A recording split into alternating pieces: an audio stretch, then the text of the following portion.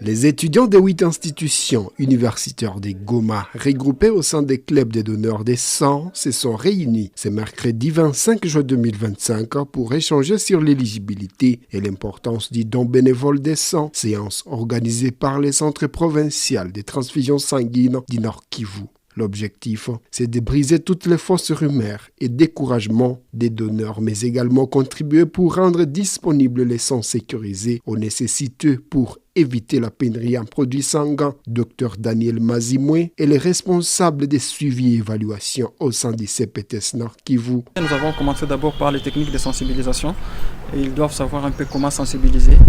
Lorsqu'ils doivent se tenir devant les étudiants, ils doivent avoir un message clé. Et raison pour laquelle nous avons d'abord démarré par les techniques. Et après, nous sommes passés sur les critères d'éligibilité aux étudiants qui sont nos ambassadeurs qui iront au niveau des universités pour sensibiliser. C'est les encourager pour l'activité qu'ils vont entreprendre au niveau des universités.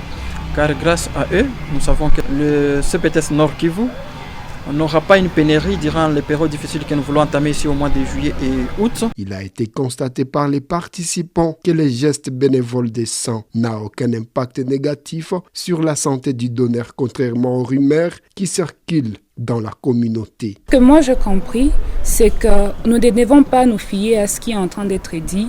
Ce qui se dit toujours quand on nous explique que non, il y a des problèmes quand tu donnes des sangs, tu vas avoir de perturbations.